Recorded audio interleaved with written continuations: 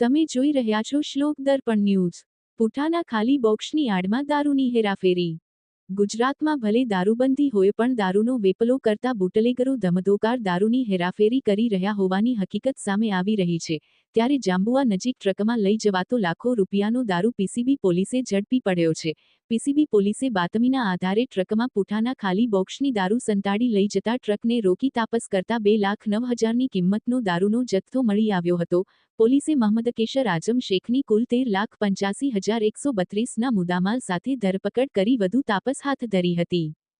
Police આટલો કડક વલણ અપનાવી રહી છે તોય છતાં વિદેશી દારૂ મંગાવનાર વેપારીઓને આ પોલીસનો કોઈ ડર નથી તેવું દેખાઈ રહ્યું છે। પકડાયેલા ઈસમને કડકમાં કડક પૂછતાછ કરે તો આ વિદેશી દારૂ મંગાવનાર કોના ત્યાં ઉતારવાનો હતો ને કયા નાના વિદેશી દારૂના ધંધા કરવા વાળાના ત્યાં પહોંચાડવાનો હતો તેની તપાસ કરે તો કેટલા ઘણા બધા વિદેશી દારૂ વેચનારા ઝડપાઈ શકે તેમ છે। કાયદાનો ડર નથી રહ્યો। પકડાયેલા આરોપીનું નામ મહમદકેશર આઝમભાઈ શેખ। હાલ